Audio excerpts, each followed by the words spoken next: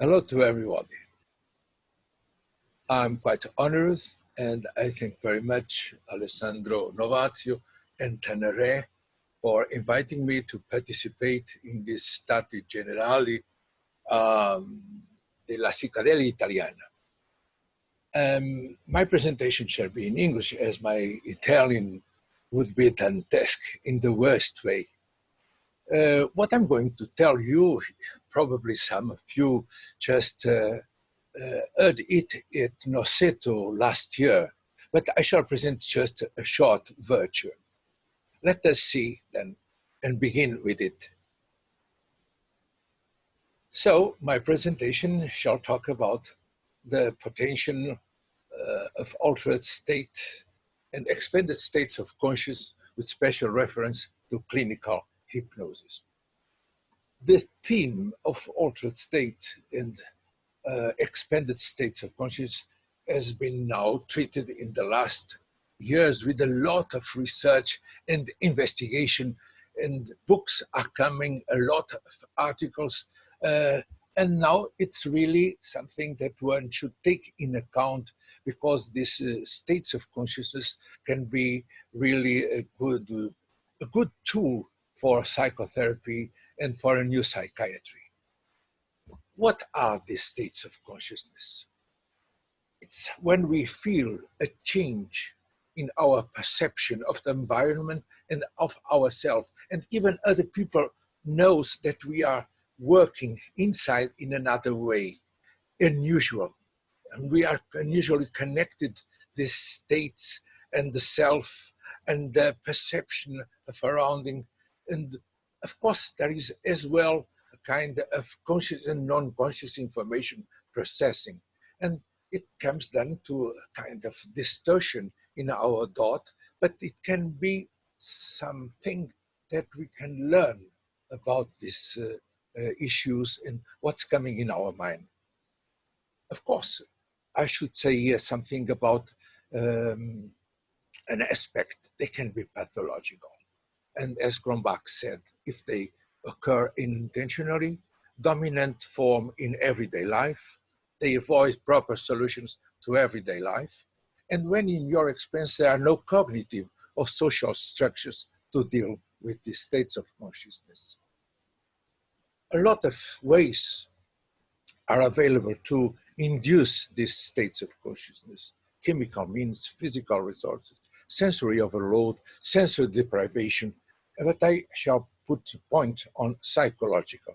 Just some examples of what I've said. Ayahuasca, it's well known for altering consciousness, but the mushroom, the magic mushrooms, or other mushrooms, dance, and even drum, playing with drum, or even using plants, all of them you know, what we can have from claviceps purpurea, LSD, cannabis, or even from Lophophora williamsi, mescaline. Now, let's come to the point. What is hypnosis? It's a state of consciousness. That's important to underline, that hypnosis is a state of consciousness where we are focused with full attention, and the peripheral perception around us, it's some kind, it's diminished in its criticism. So we are not putting so much attention in what's going around, but what we are listening to the therapist. And one is more, there is a more ability to respond to suggestions. To put it clear, where are we? We are in this kind of somnolence. We are not awake, but we are not sleeping. We are just here between. It's a twilight state. And in this state, one can listen to the voice, we can talk about what we are having in our mind, in our consciousness. This is a kind of somnolence where we work and where we can induce these states of consciousness. I'm going to talk about expanded states of consciousness. And to put it clear in this very old cartography, some of you know from yoga, we can divide it in 4 worlds. The first world, that is outside me, what I got from my eyes, from my ears. So around, you can out, and my senses are capturing the reality. The world 2 are my thoughts. They are a little how closed. So they only come out if I talk about them. And the world 3 is more closed still. It's the world of dreams. Very, very narrow to go out. One must wake people at the time they are dreaming to know something about what they are dreaming. And there is a kind of veil that we go through. We go just beyond the veil using altered states of consciousness. This is what really some historians are talking about Maya, the veil.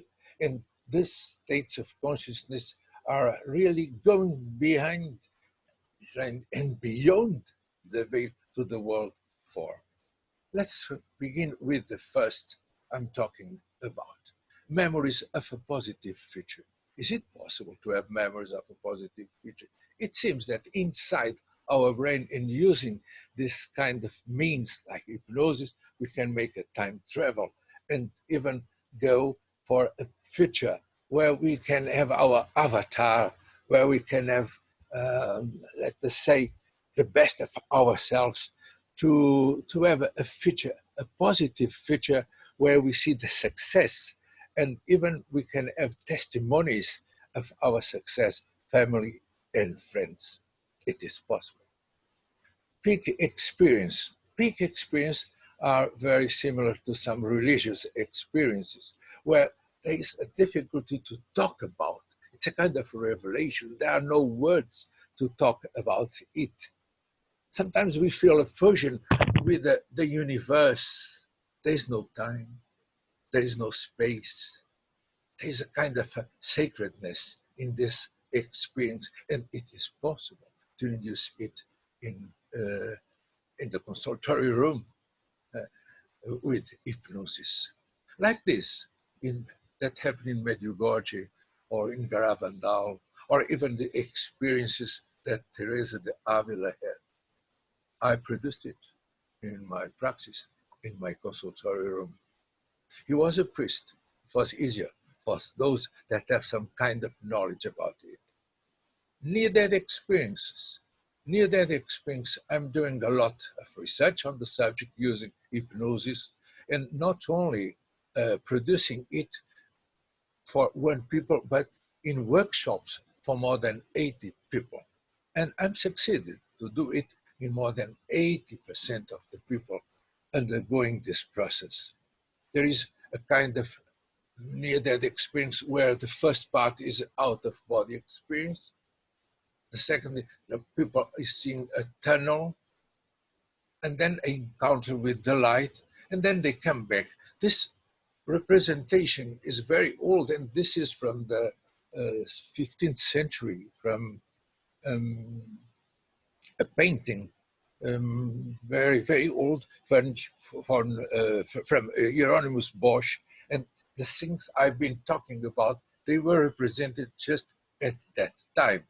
It's really very easy to induce it.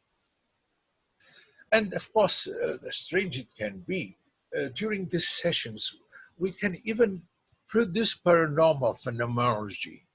So we can put people very away from a place where one is looking for a photo or even for this landscape. And in another place far away from that person, there is some other one that is capturing in his inner consciousness what he is sending. This is a kind of experience that has been done some years ago, even in the States, from the secret services. I took it from those reports. Of course, that is not the only thing that we can attain with this kind of procedure. There is very easy during the session telepathy and the therapist and the patient. he can know something about me that I never thought, and vice versa. Or even seeing what's happening very, very far away from there. That is clairvoyance. Psychokinesis has not yet, unfortunately, for those that go to the casino for playing, is not yet happened. And there is as well something strange. There are experiments in hypnosis. We can do it that support the hypothesis of physical dead survival. Of course, here I must say that the limits of this procedure are the imagination of both the patient and the therapist.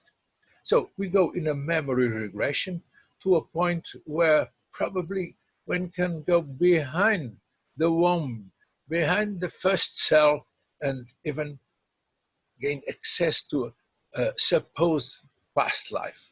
And one of those really investigated it very deep was Ian Stevenson. And once he was asked, Jan, do you believe in reincarnation? And he said, well, the physical marks present strong evidence. And then the silence. He wrote a very big book with really a lot of facts where he writes about it. And of course, people having access to this past life experience afterwards, they shall look in books or in history, in archives, what is true and what is false about their experiences. What's strange as well is the contact with deceased ones. Some people claim that they can contact, and I have really been doing it when asked, and I told them that it's impossible to talk to someone deceased. Even there are some books, very good, written about the subject, because then I tell them, well, if you accept that I'm putting you in contact with the imago of the person you wanted to contact, it's a mental image that you know the person. You know how would she react.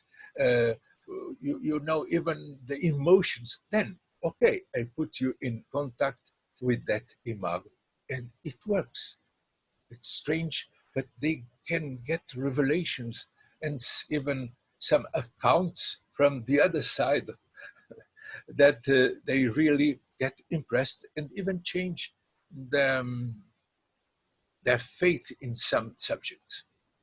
In summary, are we creating a strictly subjective virtual reality? Most probably. Is it a metaphor of the unconscious? Well, most probably. Are we projecting our personal myths? But personal myths are important as the myths of the peoples. They have to build their culture, their history. Probably we need as well our personal myths. Or, that's important, the question. Are we assessing to another reality that we cannot touch yet? Or we do not have the right instrumentation to assess it?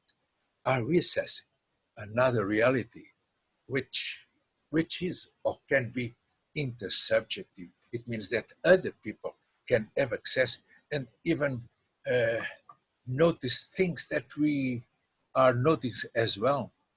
It can be. So, with these doubts, I finish my lecture and just putting this photo showing that we are really in a strange kind of balance that we really must take in account and not reject all these things that I've been talking to you. Thank you for your attention, and I shall be here most probably for some questions. Thank you. Bye-bye.